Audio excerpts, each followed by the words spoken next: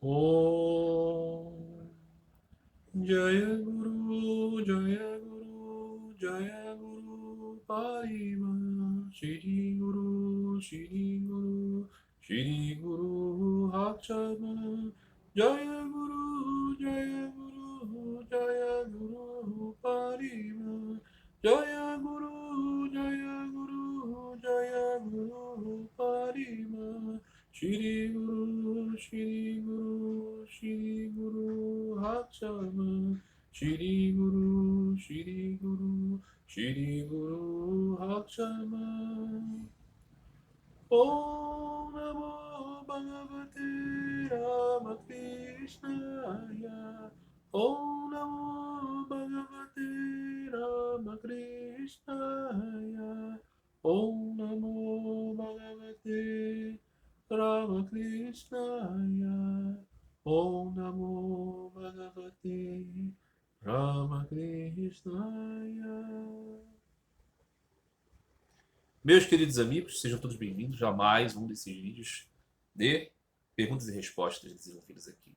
Os vídeos que são, né, desenvolvidos com base na interação que temos, as questões que chegam até mim, nascidas das conversas através de várias das redes sociais, né, comentários no Facebook, das postagens que faço, comentários desses vídeos, as conversas que tem no WhatsApp, as conversas que tem no Messenger, e eventualmente as mensagens que são enviadas para mim pelo e-mail marcelowallacepaiva@gmail.com. Aqueles que quiserem participar de vídeos como esse através de questões, por favor, comentem esse vídeo e interajam comigo também através dos outros meios, assim que nós vamos poder fazer com que esse canal de comunicação esteja sempre atualizado. Vamos lá, meus amigos. Primeira questão de hoje. Se os chakras são dimensões da mente, qual é a sua visão sobre os plexos? Isso é, lugares nos quais reúne-se uma certa quantidade de nadis. Até onde vai o meu entendimento, a ciência do prana assevera que os chakras são essas encruzilhadas. Se não o fosse, como o pranayama de Raja Yoga enquadra-se-ia? Aqui o tema pode suscitar muitas dúvidas iniciais a respeito do significado das palavras e de onde surgiu esse assunto e como assim. Vamos tentar aqui tornar algumas coisas mais claras no princípio, para depois adentrar na questão do amigo. Primeiro ponto é: chakras seriam pontos energéticos situados no corpo. E aqui é uma dimensão, uma compreensão de corpo e de camadas de corpos ou de coberturas. Existe o ser, o Atman, nossa real natureza, encoberta por 5 camadas. Um corpo grosseiro, esse aqui que nós conhecemos, né? Ossos, músculos, sangue, fluidos, isso aqui, pele, que não tem vida. Ele mesmo não tem vida. Existe então uma energia que dá vida a esse corpo, como se fosse a lâmpada e a energia elétrica que a liga. Esse segundo corpo, o corpo energético, seria o prana, que é uma energia dispensada universalmente. Não é? Os corpos são essas individualizações. Né? O corpo do homem, o corpo do passarinho, o corpo da árvore, o corpo da pedra. O corpo da pedra não tem prana. Os outros viventes têm prana, uma energia vivificadora. Faz com que esses corpos sem vida sejam vivificados. Muito bem, como se fosse uma energia. Energia elétrica, digamos assim. Então, assim, né, a televisão, a casca da televisão ali, né, o objeto em si é o corpo grosseiro, a energia é que liga. E o software, a impressão que ela tem é um terceiro corpo. Não é? Terceiro e quarto corpos. Aí nós teríamos um duplo desse nosso corpo físico e a identidade aqui, fulano, ciclano, beltrana, Marcelo, no caso aqui, identificado também de uma forma mais sutil, um corpo mental.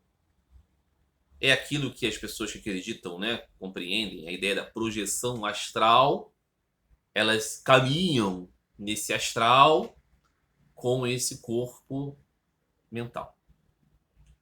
chamado de corpo astral nessa perspectiva.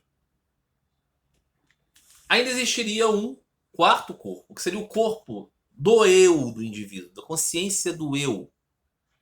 Tem o eu, tem o Marcelo aqui, né? Mas tem um além do Marcelo, do eu em si, que se identifica com o Marcelo temporariamente, já se identificou com outros. E ainda haveria um outro corpo, que seria uma cobertura última do Atman, que seria o corpo do deleite, o corpo da bem-aventurança, o corpo da alegria, que seria o mais próximo daquele quarto estado da mente, Sri Ramakrishna diz, de ver que você é espiritual. E por fim haveria o ser que você é, encoberto por essas camadas. Então essa é uma perspectiva. Essa é uma perspectiva de entendimento de como é o indivíduo aqui caminhante. O que são os chakras? Os chakras seriam pontos energéticos entre o corpo mental, terceiro corpo, e o corpo físico, intermediado pelo prana, a energia no meio disso tudo. Então, algumas pessoas acreditam que o desenvolvimento de certas valências desses portais, desses chakras, colaboram para um equilíbrio espiritual e até mesmo físico, por causa dessa interação, dessa conexão aqui entre os corpos. Não é? Então esse é o primeiro ponto. Chakras se refere a isso. Eu estava fazendo um comentário numa postagem escrita dizendo que eu tinha visto um vídeo em que um rapaz, adepto da perspectiva do Gaudiya, Vaishnavismo, estava comentando a apresentação do Śrīmad Bhagavatam, uma escritura muito cara aos Vaishnavas, que falava a respeito da cosmologia, planetas, o universo. E essa cosmologia do Bhagavatam descreve o universo como um ovo. E faixas dentro desse ovo seriam as várias zonas planetárias, digamos assim. Com planetas divinos, planetas infernais, planetas convencionais, humanos. Esse tipo de abordagem. Dimensões espirituais, assim como nós temos dimensões espirituais, aqui teríamos dimensões espirituais nesse universo. Né? Com um centro, um ápice, uma parte mais baixa.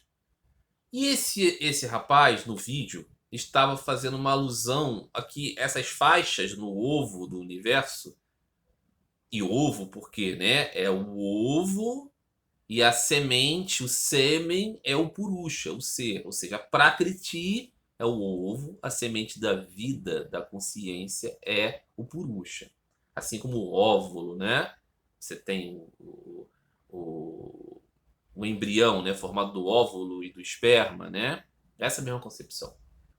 Está em muitas escrituras, né? Essa ideia, né? Deus é a inserção da vida na forma, né? A semente da terra, essas simbologias. E esse rapaz, então, no vídeo, dizia que pela leitura dessas fatias no Bhagavatam, parecia então que os planetas eram planos. Então ele dizia, pela descrição do Bhagavatam, não é absurdo compreender a Terra plana. E ele dizia, por qual razão iríamos, né, escolher a tese dos cientistas se nós não viajamos nós mesmos, não sabemos se é verdade, tudo isso pode ser para ganhar dinheiro, para fazer projetos espaciais. O Bhagavatam não é mais sábio do que esse tipo de abordagem.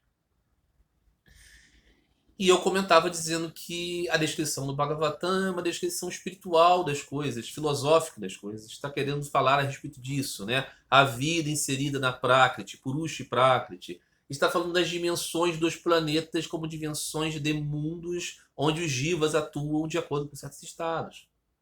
Não é? Então esse desenho se dá nisso. Aí eu falava, analogamente, Sri Ramakrishna, quando descrevia os estados da mente, fazia o mesmo desenho dos chakras. Que os chakras, não sei se vocês estão associando a coisa, né? Aquela imagem da pessoa sentada assim na posição de lótus. E no seu corpo, no corpo da figurinha, né? Tem pontos, 7 pontos na testa, aqui no topo da cabeça, na testa, na garganta, no peito, nos genitais, no umbigo, nos genitais e no ânus. Esses pontos, cada um com sua determinada luz e cor, são os chakras. Então, Sri Ramakrishna, ao falar dos estados da mente, falava os 3 primeiros estados da mente.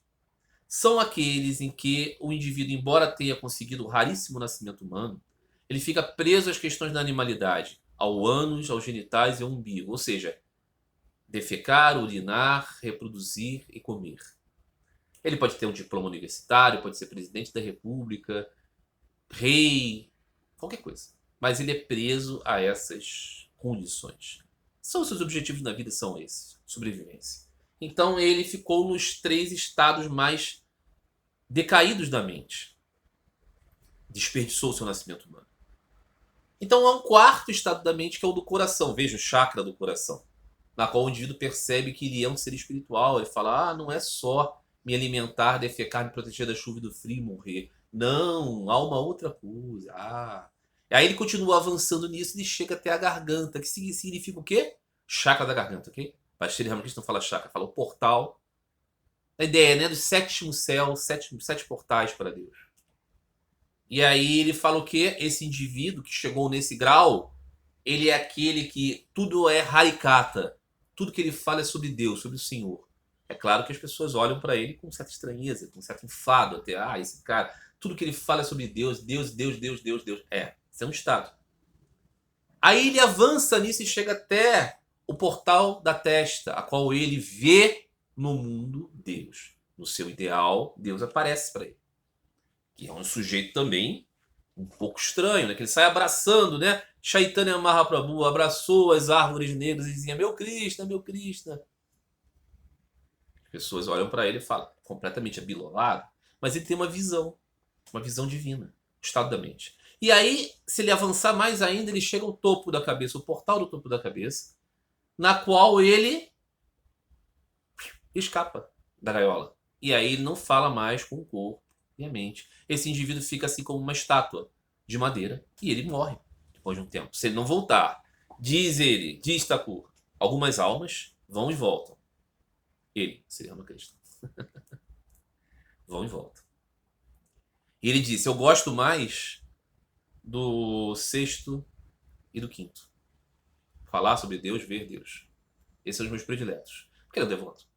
E assim, ele pode ajudar a humanidade. Porque se ele vai embora, não tem. Sri Ramakrishna falava disso, né?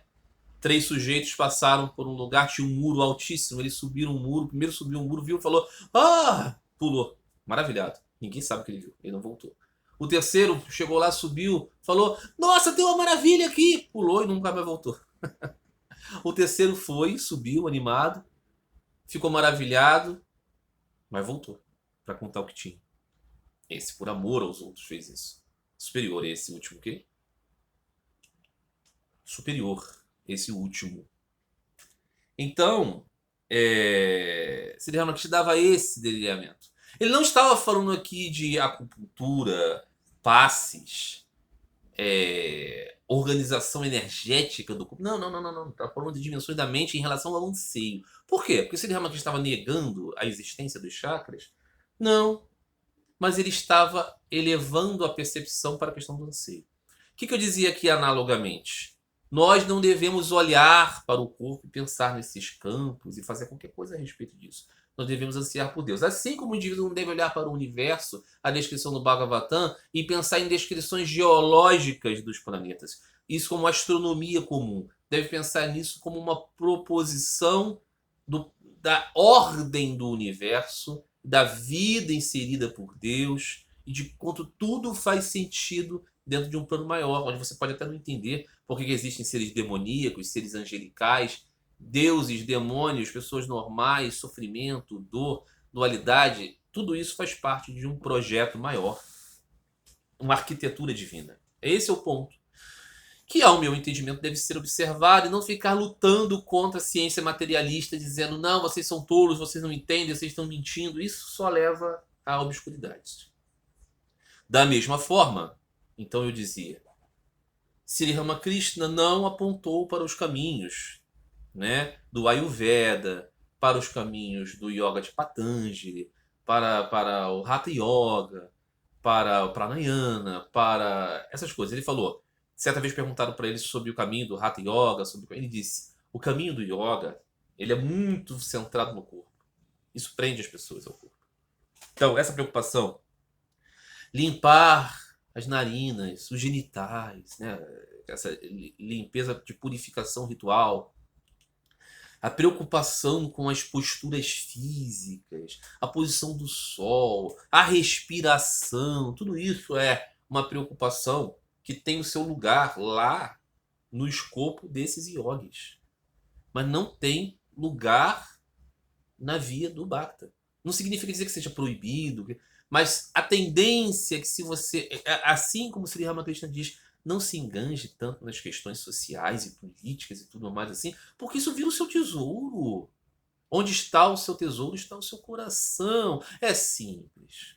Diz Sri Ramakrishna, roga a Deus para que Ele não te dê tantas atribulações, para que você possa se dedicar apenas a lembrar dele. Ainda assim, faça seu trabalho, lide com as pessoas, com seus... Seja responsável por tudo, não abandone a sua família, os seus amigos, o seu trabalho, cumpra os rituais religiosos, faça tudo isso, mas o seu coração, o seu anseio deve estar na busca do amado. Então isso faz com que você se enganje menos apaixonadamente por outras coisas. Então todas essas pessoas que têm, né, esse né, demasiado, né, afeto, afeição por essas normas e regras, seja da religião ritual, seja das práticas corporais e tudo mais, eles se prendem muito a isso. Então não é uma... Você viu falar aqui dos nadis, né? Seriam esses vários veios, canais, né?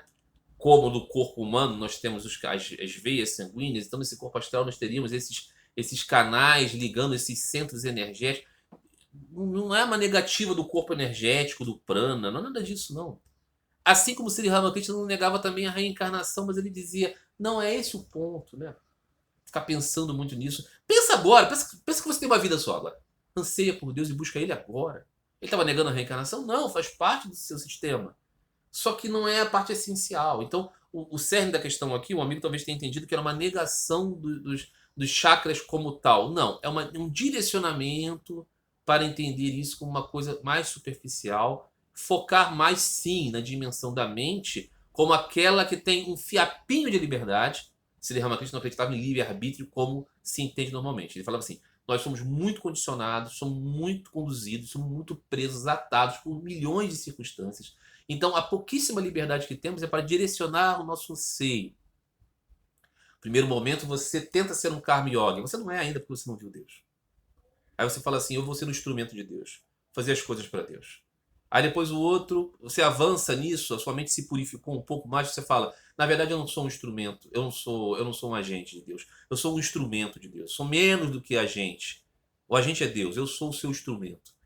E aí você avança para chegar no nível da devoção, que você pode compreender Deus como seu amado, e você como parte dele. Né? Muito menos utilitarista, mais amoroso, mais unitivo. Então, é esse o ponto, né? Não se trata muito aqui da questão de uma contestação objetiva da ideia dos chakras, mas sim uma interpretação de como orientar-se perante essas coisas, né? Muito bem. Um amigo pergunta, em Mateus capítulo 5, os versículos 23 a 24, fala-se em deixar a oferta no altar e ir reconciliar-se com alguém, para depois oferecer a oferta.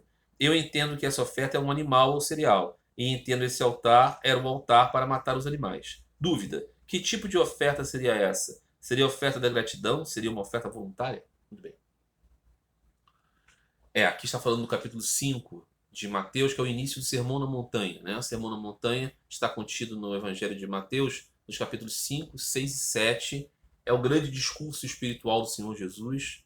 Né? O néctar do Evangelho é o Sermão na Montanha, e o néctar deste néctar são as bem-aventuranças, que é o início do Sermão na Montanha. Recomendo muito a todos aqueles que têm o Senhor Jesus como ideal, e todos aqueles, de modo geral, a ler fundamentalmente os capítulos 5, 6 e 7 de Mateus. Uma meditação importante. Muito bem, então no Sermão na Montanha, o Senhor Jesus estava falando sobre a maneira de praticar a religião ritual. Ele dizia, você é ensinado a levar o seu sacrifício ao templo, aos sacerdotes, para que eles sacrifissem isso para Deus. Qual é o ponto de início disso aqui? O homem estava com Deus no paraíso. O homem perdeu a unidade com Deus. Ele desceu ao plano sensorial, ao plano fenomenal. ele não tem mais a visão de Deus, ele não tem mais a comunhão plena com Deus. Mas ele quer se reconciliar com Deus, Deus então estabelece um ponto de contato, que ele estabeleça na sua vida, nesse mundo fenomenal, uma prova do seu anseio por voltar a ter comunhão com Deus. Isso é, ele dar os seus dons mais preciosos em oferta a Deus, dizendo, eu sei que tudo isso é seu, Senhor. Com todo o meu coração, eu entrego tudo a ti, sabendo que eu não sou dono de nada. Eu provei do conhecimento do bem e do mal, da dualidade, porque eu tinha muita paixão por algo além de você. Agora eu sei que tudo é você. Eu sei que tudo te pertence. Então eu lhe dou. Esse é o objetivo da oferta. Então, conta-se que a descendência dos primeiros homens, Caim e Abel. Então, Caim, conhecedor do paraíso, da história do paraíso, sabia que no paraíso não se matavam animais para se alimentar. Então ele ofertou a Deus um alimento sático, um alimento puro. Ele ofertou a Deus frutas, legumes, vegetais. Mas o seu coração não era puro. O seu coração era desejo de poder, era desejo de influência, de ser reconhecido, orgulho. Então Deus não se agradou tanto do seu sacrifício. Aqui não tínhamos ainda os sacerdotes, eles eram os próprios sacrificiadores.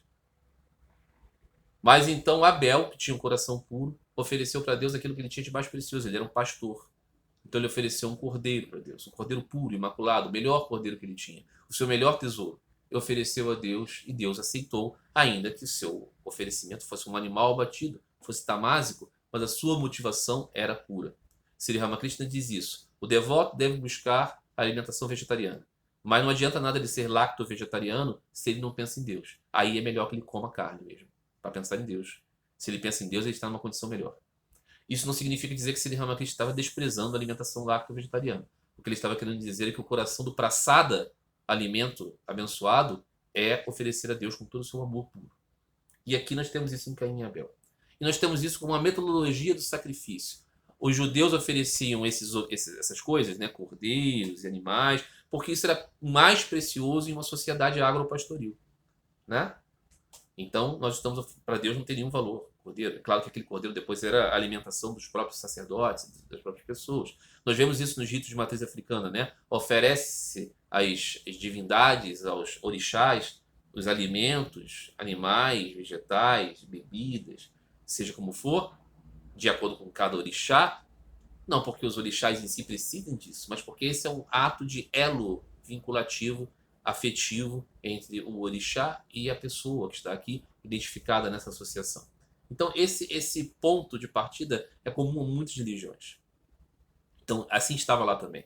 Jesus se depara com essa religião e ele não diz, isso é besteira, para com isso, deixa isso para lá. Não, ele não diz isso. Algumas pessoas já achariam que seria legal dizer que Jesus disse isso, mas Jesus não disse isso. Lamento para vocês, ok? Jesus não disse. Ele disse ao contrário disso. Vai ao templo. Ele disse, certa vez curou um homem e falou, não conta que eu curei, mas vai ao seu sacerdote e oferece o sacrifício de acordo com essa cura.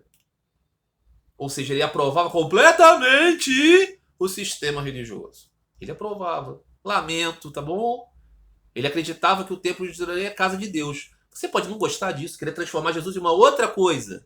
Mas esse Jesus, o real que nós conhecemos das Escrituras, é o único. Ele aprovava esse sistema. Mas ele dizia, deve existir uma ética por detrás disso, que é você entender que se você não for puro, você será como Caim e não como Abel.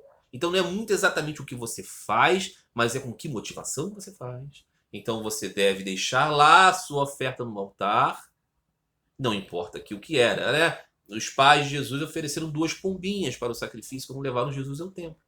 Era um sacrifício proporcional. E outros levavam outras coisas. Tinha o sacrifício das ervas, do cominho. Jesus fala disso, né? Não precisa acabar com essas coisas, não. Desde que vocês atentem para as outras, para o amor e para a misericórdia, continue fazendo os rituais. Isso está no Evangelho. A sua crítica aos sacerdotes não era uma crítica ao sacerdócio, era uma crítica a como os sacerdotes exerciam a sua vida. Nunca foi uma crítica às festas e aos templos. Foi uma crítica à superficialidade dessa relação. Então Jesus está dizendo, para que você não seja superficial, para que Deus receba a sua oferta, que para Deus não significa nada, a substância de tudo é tudo dele. No Bhagavad Gita está lá, aquele que me oferecer com amor, completamente unido a mim, completamente voltado para mim, uma folha, uma gota, ou seja, coisas inexpressivas, eu receberei como um grande amor.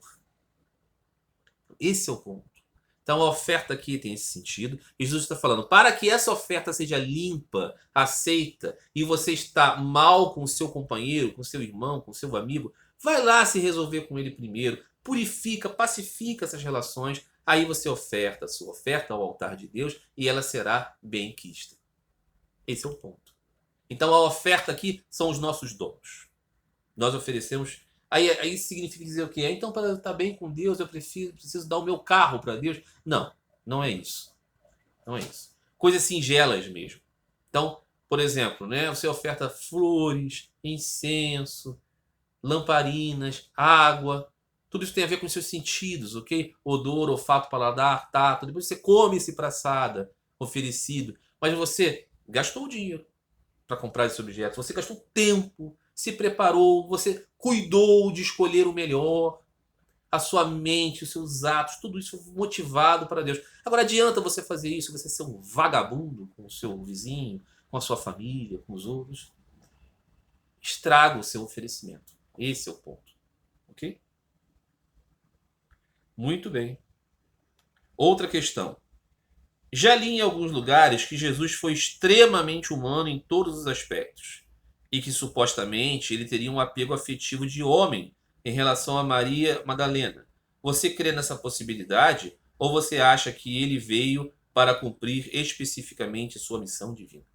Boa questão recorrente, muitas vezes falado desse assunto. Jesus teve um relacionamento romântico com Maria Madalena ou Maria de Magdala, Maria da vila de Magdala. O nome Magdala depois foi, né, transformado em Madalena, um lugar, né, no mundo que se tornou então um sobrenome. Acontece essas coisas. Ele tinha um relacionamento romântico com ela, onde temos apoio para isso? Ou por qual razão se escondeu isso? Isso é verdade? Não é verdade? Jesus era extremamente humano? Como é isso? Bom, que conhecemos de Jesus estão nas Escrituras. Não há outros conhecimentos. E o que sabemos a respeito de Jesus é que ele teve contato com muitas mulheres, que essas mulheres eram apoiadoras da sua missão, e que ele tinha amizade e intimidade com elas, no sentido de serem muito próximas dele. Podemos ver, por exemplo, Jesus na casa de uma família que era muito querida para ele. As irmãs Marta, Maria, irmãs de Lázaro, seu grande amigo. Então, Jesus está sentado, batendo um papo com Maria, e Marta está arrumando a casa. Marta olha para Jesus e para Maria e diz: Senhor, eu estou aqui arrumando as coisas e Maria está aí batendo papo com o Senhor o tempo todo. Será que o Senhor não pode mandá-la me ajudar? Veja, uma bronca de Marta em Jesus e em Maria também. Mas em que espírito isso ocorre? Um espírito de grande intimidade, de grande amizade, de grande afeição, de grande proximidade. Não é uma coisa solene, eu não consigo ver a sua face, Senhor, porque você é refugiante. Não. E Jesus diz o que para Marta? Cale-se você, suja! Não. Ele diz, Marta, você está sempre ocupada, cansada, fazendo essas coisas. Você perde o grande néctar. Maria está aqui, pegou a melhor parte. Então o Senhor veio a esse mundo. Sente aos seus pés e ouça suas palavras. Larga essa vassoura para lá, deixa isso para lá. Vem para cá. Que é um chamado para o Bacta. Ok? Você está cuidando desse mundo que perece. Senta aos pés do Senhor. Esse é o chamado. Então, Jesus tinha e muitas outras mulheres. Quando do seu sepultamento, quando da sua crucificação, estava naquele momento a sua mãe, uma mulher, muito provavelmente as suas irmãs ou primas, quem quiser escolher assim, e as mulheres que acompanhavam e sustentavam o seu grupo. As várias Marias, né? Salomé, e tem alguns nomes. Essas mulheres estavam lá chorando, pranteando o seu Senhor. Junto delas estava o discípulo amado, que muito provavelmente era um membro do Sinédrio, por isso estava lá sem se desconfiarem dele, porque os membros do Sinédrio estavam lá se regozijando, alguns e outros muito tristes, como Nicodemos, José de Arimateia e esse discípulo amado. a qual as pessoas identificam como jovem João, mas não faz sentido. O jovem João estava escondido, cheio de medo, desesperado, não querendo ser crucificado também.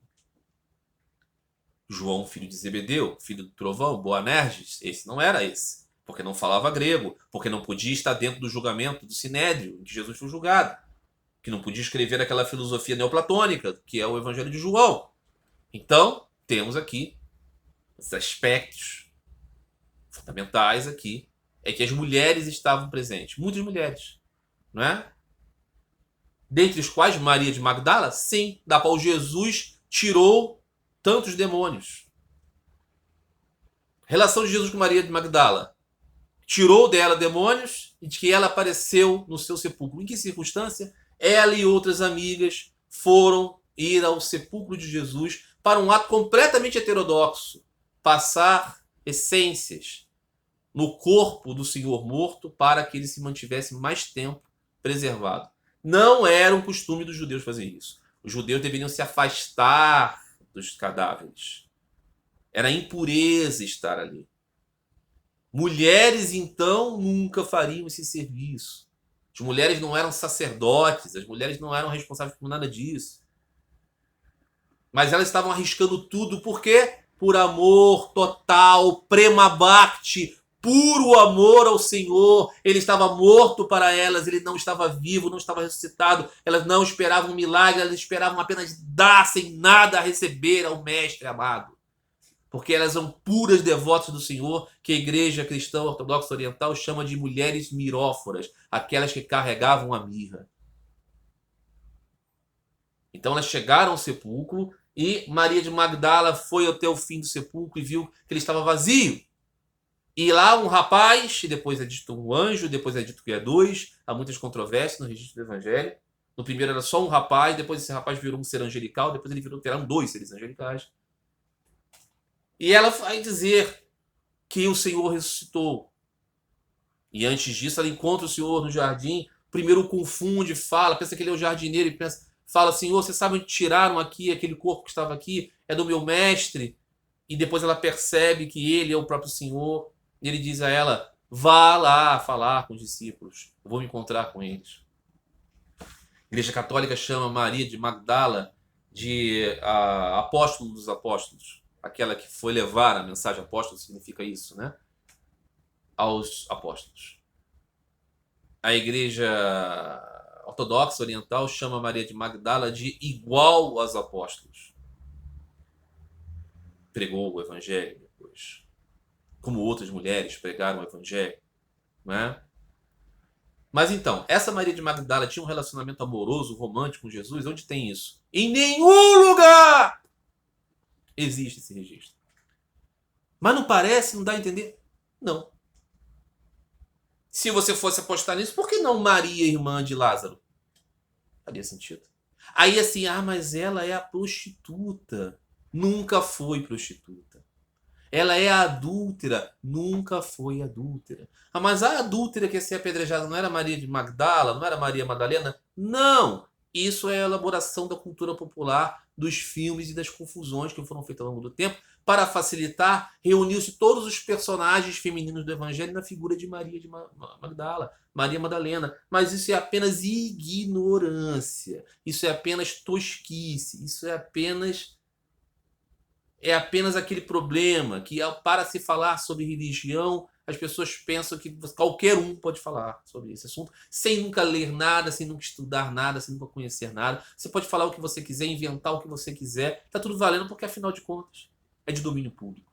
Não é assim. Então não. Mas tem o Evangelho apócrifo de Maria Madalena. O Evangelho de Maria, o Evangelho de Maria Madalena é um fragmento encontrado, não é? Escrito em copta, que diz que existia um problema, uma dificuldade de aceitação de Pedro aceitar Maria porque ela era mulher, e ali há um entender que ela era muito próxima de Jesus como discípula,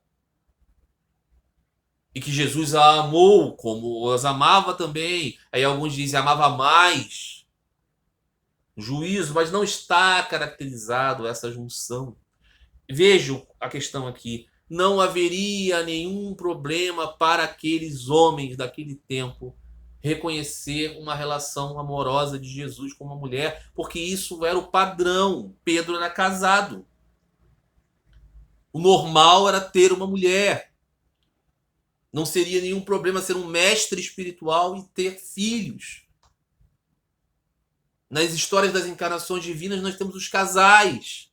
Temos Rama e Sita, uma relação de amor profundo.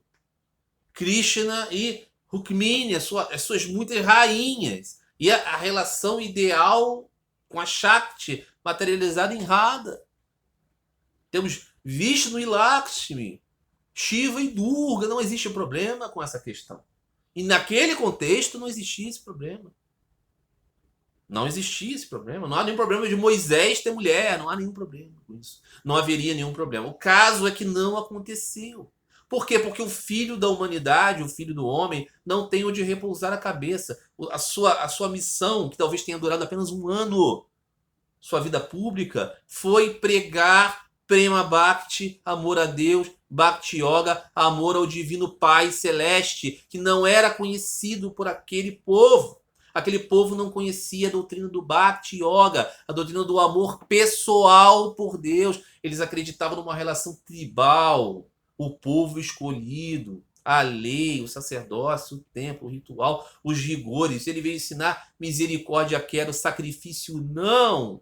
É uma relação com o Abá, com o paizinho, foi isso que o Senhor veio ensinar. Então, não haveria nenhum problema ele ter um relacionamento, mas só que isso não se deu. Então, fantasias. Jesus era extremamente humano, Jesus era homem, visto pelas pessoas, com mentalidade divina. E por isso ele não tinha onde repousar a cabeça. Então, ele não era extremamente humano. Extremamente humano, do nosso ponto de vista aqui, né, de pensar uma pessoa humana, como ele é humano, como ele é gente como a gente, é que a gente é muito agarrado ao mundo. Jesus não era agarrado ao mundo. Então, esse é o ponto. Ele é avatar, ele desceu para realizar o quê? Criar um portal para que as pessoas pudessem lembrar que são almas espirituais eternas e para saber que a fonte de suas almas é o Pai, é um Deus pessoal que você ama e busca e te ouve. Foi isso que Jesus veio contar como Filho de Deus. É isso. Mas as pessoas podem fantasiar o quanto elas quiserem. Não é? Muito bem. Confusão com Maria Madalena, essas coisas todas, né? Reuniram todos os personagens e disseram que era ela. Não tem... Faria mais sentido pelos apóstolos falar que Jesus teria um caso com Salomé. Por exemplo, a passagem do Evangelho de Tomé que ela diz: você deitou na minha cama. Você pode entender isso como ele teve intercurso com Salomé, ou você pode entender que deitou na cama dela porque ele estava na casa dela, porque os discípulos não tinham lugar, não tinham casa, e eles ficavam na casa das pessoas para dormir. Então, ela dizia: eu estou vendo aqui uma pessoa que eu conheço. Mas você pode entender que eles tiveram relações? Você pode entender. Pode entender. O contexto da conversa vai mostrar que não é isso. Pelo menos pode não ser. Mas se fosse o caso, Salomé estaria mais próxima de ser uma mulher de Jesus nesse sentido carnal do que Maria de Magdala. Mas vai meter isso na cabeça das pessoas que nada leram, que nada conhecem, que nada procuram, que são superficiais, que são irresponsáveis, que falam as coisas que vêm à cabeça, que não se preocupam com coisa alguma. É isso. É por isso que é assim. E é mais fácil, né? Já se criou um personagem, já se criou um ícone e tal. Então, existiu uma santa, séculos depois, né? Já no período bizantino, Maria a Egípcia. Ela era uma mulher que gostava muito de sexo. Ela não era prostituta, não, tá? Ela só gostava muito de ter relações sexuais com todos os homens que passavam pela frente dela. Então, certa vez, ela, sabendo de uma peregrinação para Jerusalém, foi de brincadeira viajar de barco. Ela falou: vou sem dinheiro nenhum, mas eu vou pagar a minha passagem tendo relações com todos os homens que eu vi pelo caminho. Conseguiu, sem dúvida nenhuma. Né? Chegou lá em Jerusalém e quis entrar no templo. E não conseguiu entrar no templo. Não porque ninguém a barrou, porque uma força profunda a impediu de entrar. Ela se sentiu muito mal com isso, olhou para um ícone da Virgem Maria e disse: por que eu não posso entrar? Então ela teve uma comunicação com Deus que diz: filha, você precisa se purificar. Você precisa querer um Deus além do mundo. Então ela se arrependeu profundamente, entrou, pôde entrar no templo e pôde comungar. E dali saiu e foi para o deserto. Passou anos e anos e anos no deserto. Certa vez um monge peregrinando para o período da quaresma no sentido de jejum mesmo, de verdade, e ele encontrou um esqueleto vivo, assim, uma mulher angélica, que era essa Maria egípcia, que vivia ali anos e anos e anos pelo poder de Deus e dizia: eu quero comungar novamente, traga para mim. Contou a sua história e pediu para esse padre trazer a comunhão para ela. Quando ele veio trazer, ela já tinha morrido. E então ele contou a sua história para todos. Então Maria egípcia ficou conhecida como essa esquálida asceta do deserto. E os peregrinos ocidentais, quando viram aqueles ícones de Maria egípcia esquálida, começaram a desenhar Maria de Madalena como uma prostituta que ficou esquálida. E assim, né, o telefone sem fio espiritual vai rolando. E é isso que temos. Ok? Ignorância. Só. O Senhor é Avatar, desceu. Não teria problema nenhum ele, sendo conhecedor dessa cenografia, fazer o papel de esposo. Mas nessa encarnação ele veio como servo de sacrifício. Ele veio se dar como sacrifício. Gauranga Mahaprabhu veio como aquele que ensinou a cantar os santos nomes. Sri Ramakrishna Paramahansa veio como aquele que veio ensinar a universalidade dos rostos de Deus. Cada uma das vezes que o Senhor veio, ele veio com uma forma. Alguém pode dizer assim: cada um tem uma excelência? Sim, nós podemos falar sobre isso. Meditar sobre isso é bom nesse espírito, não é? Mas quem pode compreender os avatares assim? Muito bem. Questão.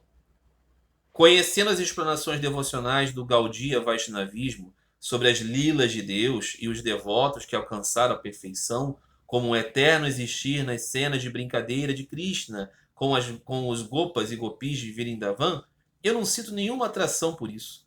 Mas me atrai racionalmente pensar em me unir a Deus pelo serviço à humanidade, fazer o bem.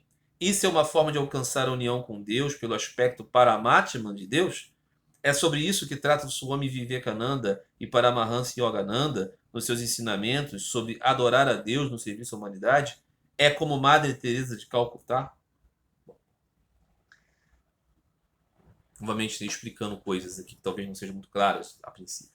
Gaudiya Vaishnavismo é um específico modo filosófico, uma determinada religião que surgiu em Bengala, na Índia, por volta do século XVI, inspirado pela vida de um grande santo, um grande filósofo, e que muitos consideram uma encarnação divina. Sri Ramakrishna Paramahansa considerava uma encarnação divina, um homem chamado Nimai, que era um pandita, era um erudito, que depois se tornou um grande asceta, conhecido por todos como, depois que tomou os votos de sannyas, passou a ser conhecido como Krishna Chaitanya Mahaprabhu.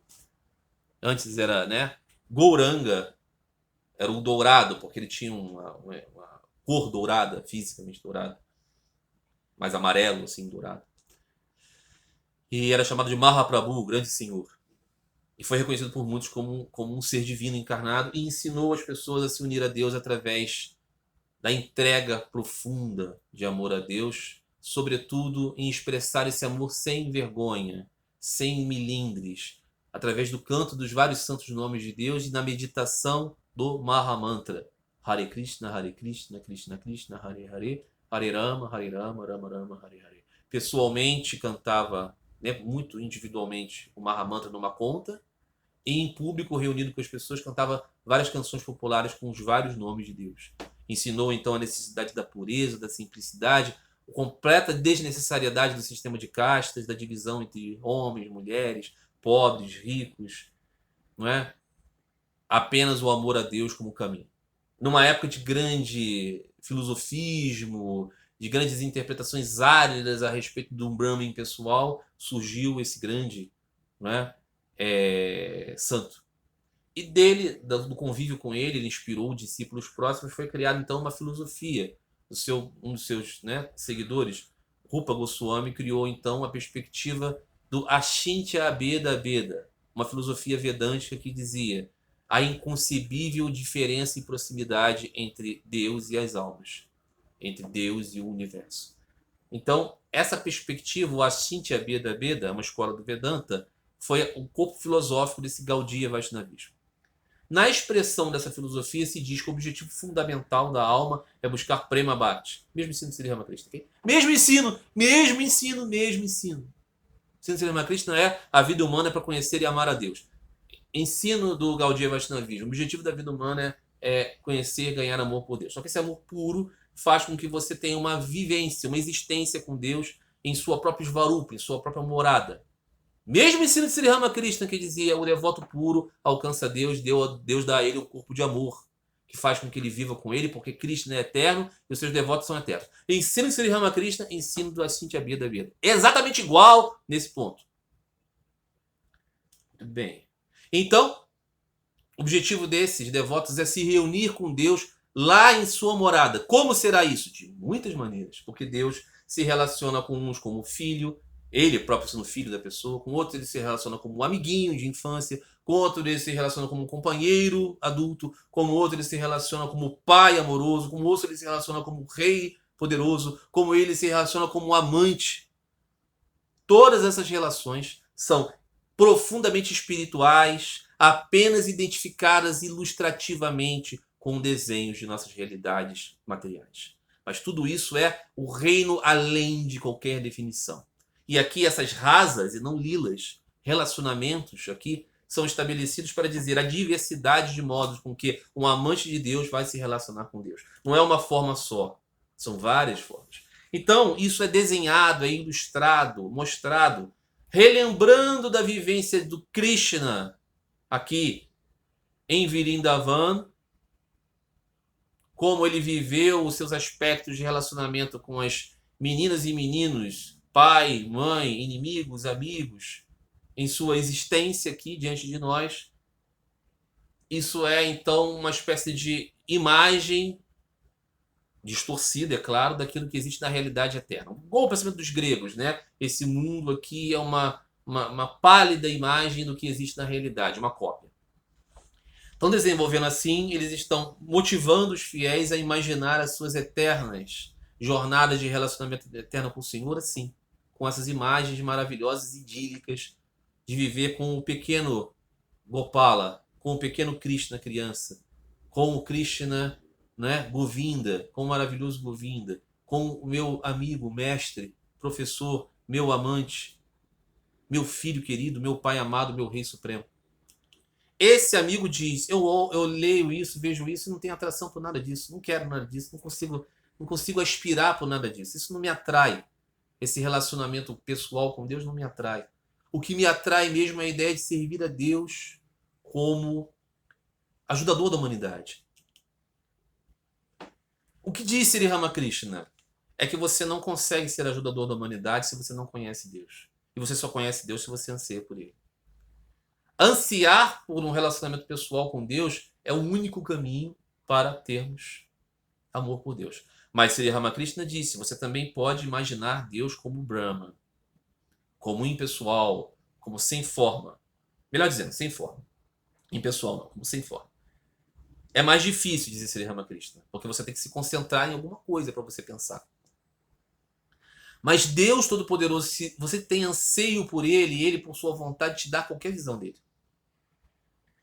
Então, o que acontece com esse amigo? Se ele não desenvolver amor por Deus, esse amigo é uma pessoa muito intelectual, assim, muito voltada para a mente, muito voltada para o raciocínio, quer entender as coisas analiticamente. Então, ele não consegue entender muito bem a questão do relacionamento. Eu digo assim, para esse amigo, digo para todos vocês. A pessoa que no mundo já teve a experiência maravilhosa de ficar perdidamente apaixonado, né? Caído de amor, digamos assim. Porque aqui a gente se perde no amor e cai, porque é um mundo.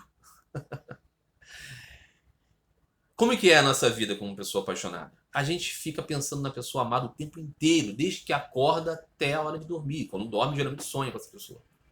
A gente passa o tempo todo abobado, assim, pensando, às vezes rindo sozinho, só lembrando, só pensando. Tem ciúmes imensos, tem tudo exagerado, e aí encontra aquela pessoa e só pensa nela o tempo todo, que está com ela, evidentemente, aquilo é o céu. E aí se separa da pessoa por algumas horas para se ver no dia seguinte, mas aquele é um sofrimento tão grande. Esse estado de loucura é um estado de grande alegria, de grande prazer, de grande sentido para a vida. A vida ganha outras cores. Só que você não aguenta viver nesse estado o tempo todo. Aí chega um período do relacionamento que esse estado assim, avassalador, de paixão, ele é ou substituído por um nada completo. Você fala assim, meu Deus, onde eu tava com a cabeça para estar com essa pessoa não tem nenhuma qualidade. Acaba. Ou ele vira algo maravilhoso, mas sereno, tranquilo, calmo, que é um amor verdadeiro. E você sente pela pessoa uma paz, uma alegria.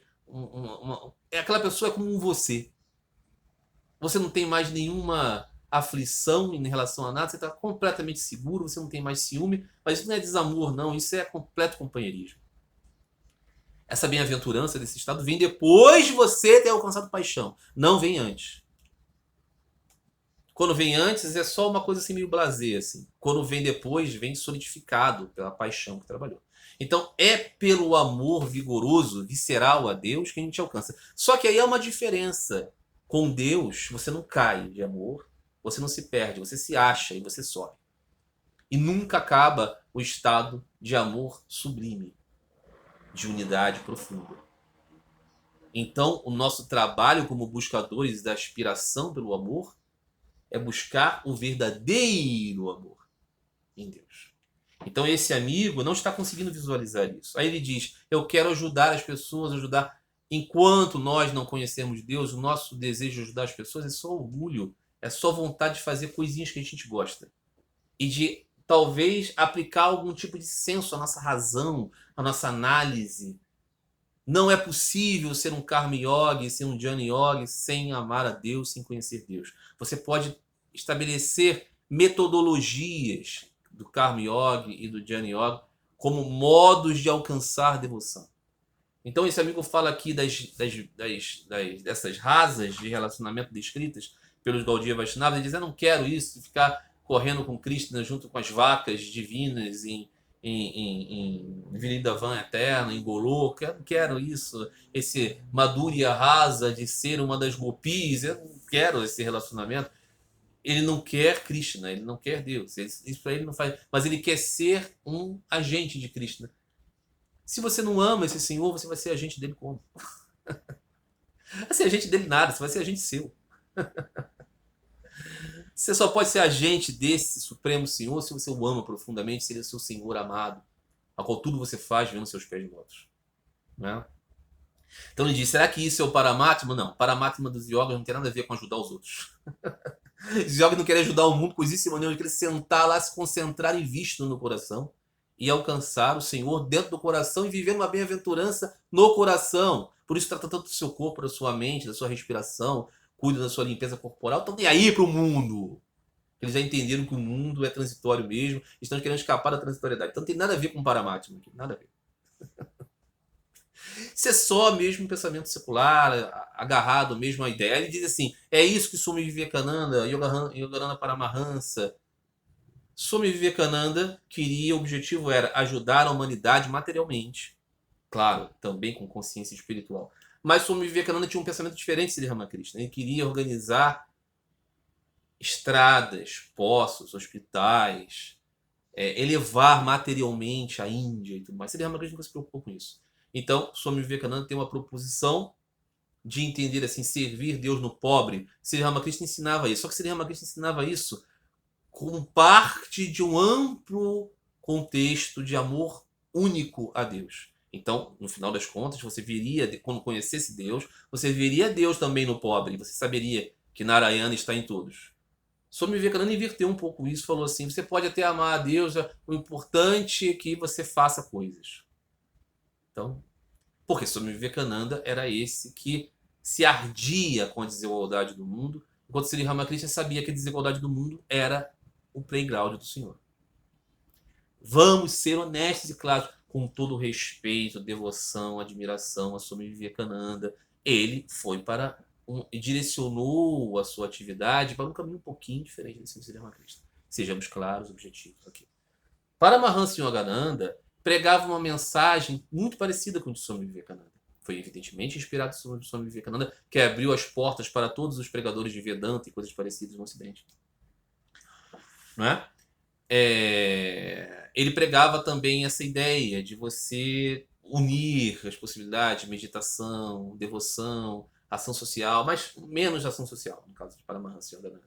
Mais a ideia mesmo de você perceber, né, que a atuação no mundo não era separada de Deus. Mas Yogananda Paramahansa enfatiza mais até a devoção profunda a Deus, buscar a Deus, né? Madre Teresa de Calcutá, nós sabemos, né? Madre Teresa de Calcutá é muito atacada por tradicionalistas católicos por ter sido liberal com os hindus. É muito atacada por hindus por ter sido uma pregadora do cristianismo estrangeiro.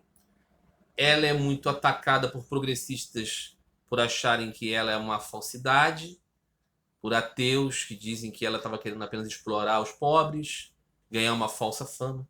Que na verdade ela foi uma grande trabalhadora pelos pobres, pelos desassistidos, com uma aflição pela miséria do mundo parecida com a de Swami Vivekananda.